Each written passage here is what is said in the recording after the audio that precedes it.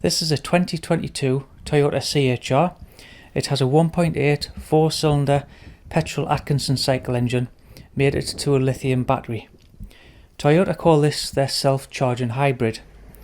This self-charging hybrid basically means that you don't have to plug it in, and every time you put your foot on your brake or you take your foot right off the accelerator, the hybrid system will recuperate that, and you can use that at a later time, either when you're going at low speed in traffic, or it will use it to increase acceleration if you need a lot of boost pulling away. You can buy a CHR for a price of £29,330 for the Icon trim, all the way up to £35,460 for the GR Sport trim. The model I'm test driving over the next couple of days is the design trim, which you can buy for £31,800. There's two engines available with the CHR, a 1.8 litre petrol hybrid, which is what we're testing today, and it produces a combined 120 brake horse, or you can opt for the 2 litre petrol hybrid, which produces a combined 180 brake horse. This 1.8 litre engine is a familiar hybrid unit that's used in the Prius and was also used in the discontinued Auris and Lexus CT. Toyota now have a 10-year, 100,000 mile warranty, and as long as you get your car serviced at a Toyota dealer, you've got peace of mind for 10 years. You would think that having a car with two entirely different propulsions, electric and petrol, would increase the amount of things to go wrong. However, petrol hybrids are the most reliable type of car you can buy. In the reliability tests that magazines regularly do on an annual basis, like which cars with the Toyota hybrid engine are consistently at the top of the reliability score tests. The CHR shares its chassis with the Prius and the Corolla. Toyota call this an SUV, but it's only actually front wheel drive, so it's technically a crossover. The CHR is quiet around town and on most roads and surfaces. The engine's really quiet, even when accelerating hard, and Toyota have really dampened down on the normal whiny CVT gearbox sound that's familiar in their hybrid cars. Pulling away slowly, the only whine that you'll hear is a whistle from the battery, and it's quite addictive actually. You end up trying to pull away slow enough so that the engine doesn't actually cut in, trying to keep the needle in the lower half of the economy needle. As soon as you push the accelerator a little bit harder so the economy gauge goes into the upper part of the economy needle and then into the power, the engine will cut in to assist. Toyota hybrids aren't known for the vehicle dynamics. However, when I was driving this, I was pleasantly surprised how well it cornered. The steering is a little light, so it's not great for letting you know what the front wheels are up to, but there's so much grip from them 18-inch 225 alloy wheels. If you spend a lot of time in urban areas, the ride in this is relaxed and smooth. It means tight corners and parking is a doddle. I do like this kind of chunky gear stick. One of the issues I have with this gearbox is I automatically go to the most southerly gear available, and in this case it's B for brake, which is like a virtual engine braking, but it's not good for the transmission, if you can call it that, to drive around in B. It's only meant for if you're going down hilly descents or something like that. So it's best obviously to be in drive, but because on most automatics you have park, reverse, neutral and drive, drive is the southerly most points, so I keep going into B by accident. It would be nice if Toyota would keep this universal, so drive was the same in all the models. However, once you get used to where drive is, the gearbox is very simple to use. There's no economy modes, there's no power mode like you get in other Toyotas, and wherever you are, at whatever your speed you're doing, you can always access maximum acceleration by simply pressing the accelerator to the floor. You'll never be caught out in the wrong gear in this car should you need the power immediately. You're not left waiting for a turbo to spool up or anything like that. Now if you've previously owned diesels and this is your first petrol hybrid, you will notice a lack of mid-range torque. However, the acceleration at low speeds is quite incredible for the amount of brake horsepower that's caught at 120. And the reason being is because the electric motor has maximum torque from 0 revs. So acceleration from standstill to about 40 miles an hour is pretty rapid. And it gives you a lot of confidence at busy roundabouts and junctions. And because of the way the hybrid system delivers the power to the front wheels, there's rarely any wheel spin, which again increases confidence when you need to get out onto a busy road or out from a busy junction. I did mention earlier that the CHR can be fitted with a 180 brake horsepower hybrid engine. Now, it only costs £1,600 more, and you get 60 brake horsepower just for £1,600, which is quite a steal. However, after driving this 120 brake horsepower version, I'd be more inclined to think that this would be adequate for most drivers. In fact, the 0 to 60 of just over 10 seconds is quite reasonable for a car that can still at the same time achieve 55 mpg. And you don't have to be a professional driver to achieve this 0 to 60. I quite like the colour of the car that we've got today. It's Dakuma Grey. It looks quite good in whatever weather, whether it's sunny or today it's quite rainy. I'm not generally a fan of cars with spoilers, especially when they're not performance cars, but the spoiler on this actually goes well with this kind of spacey futuristic look that the CHR designers were going for.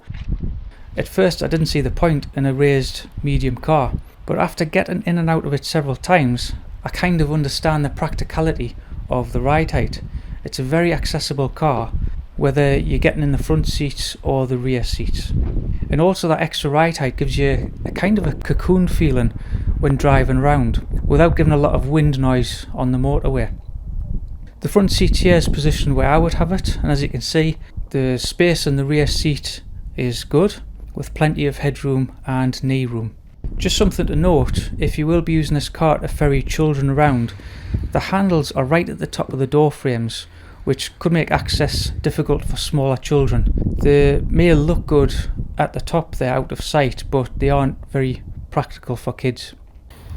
Of course you get keyless entry with this, so it means that when you come to lock the door, all you have to do is just tap the handle and the locks and the mirrors fold in, and then to open the door you just put your hand in there like that.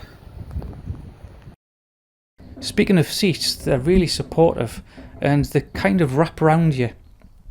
You can easily drive around for long periods of time in this without your back or your buttocks noticing how many miles you've done.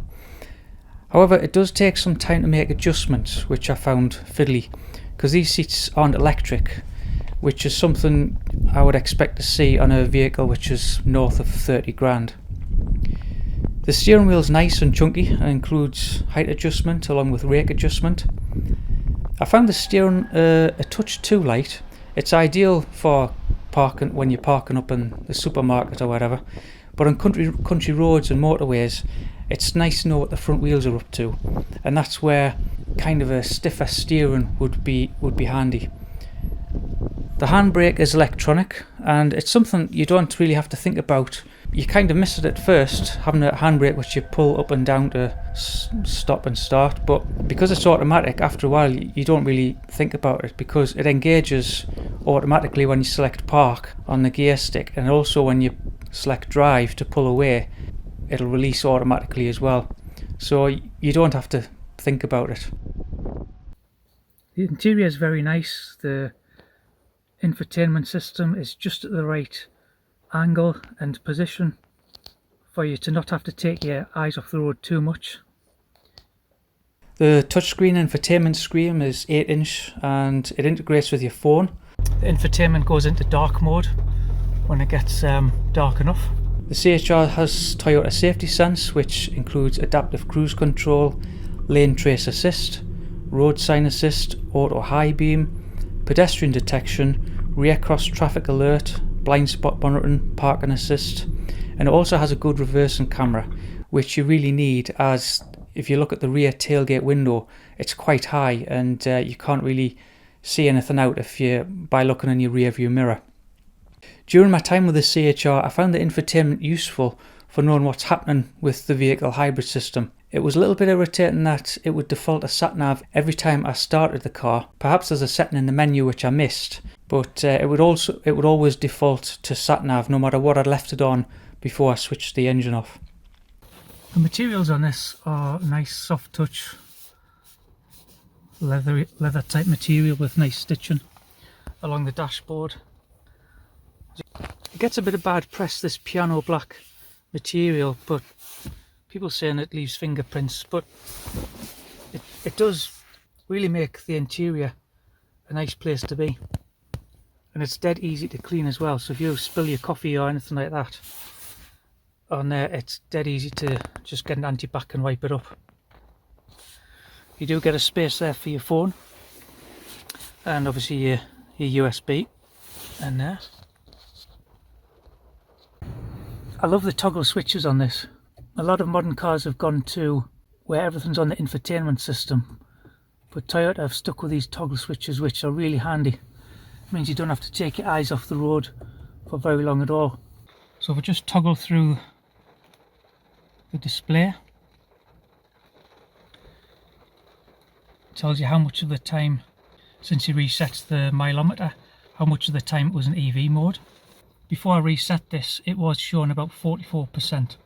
So the previous person who's been driving around in this, 44% of the time it was in EV mode. I think it just shows that although this is a self-charging hybrid, just how much of the time it is actually using the battery as opposed to the engine. You've got an interesting G meter there, which for a Toyota hybrid I don't think many owners will be using, but that measures how fast you're cornering, how fast you're braking and accelerating. It's a bit of a gimmick really.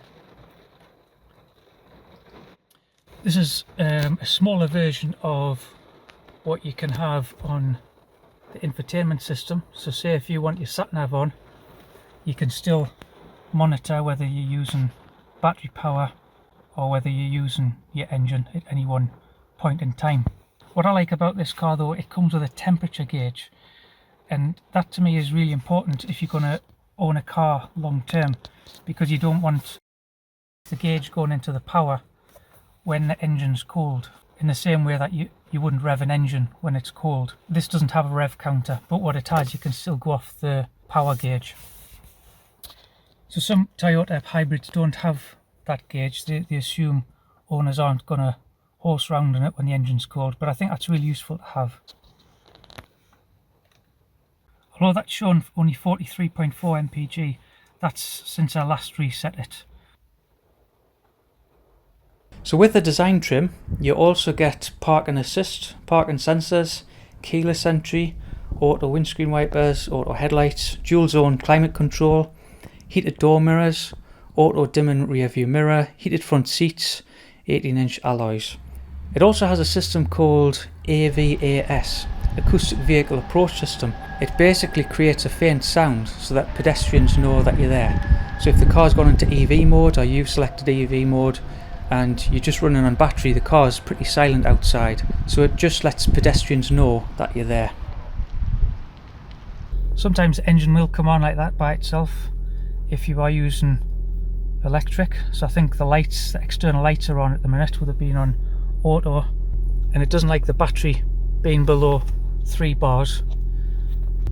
So even if you're sitting in your car with your stereo on in a car park or something, the engine will come in every so often just to top the battery up.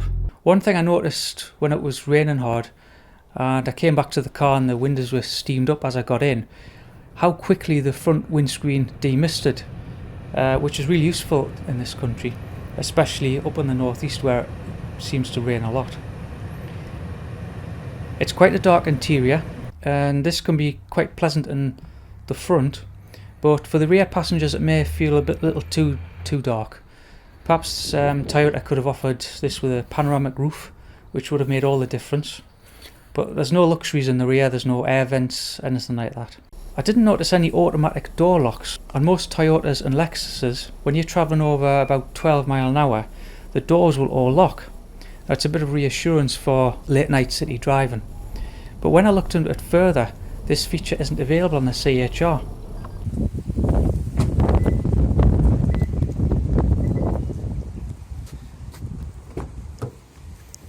Sometimes with this being a hybrid, I do forget to actually switch it off. You do actually have to press power off even though the engine switches off automatically. Another thing I like about the CHR is the ability to use the economy gauge to specify how much you're recharging the battery. So I mentioned earlier, if you take your foot off the gas, the battery will recuperate some of that energy automatically that would normally be lost in engine braking.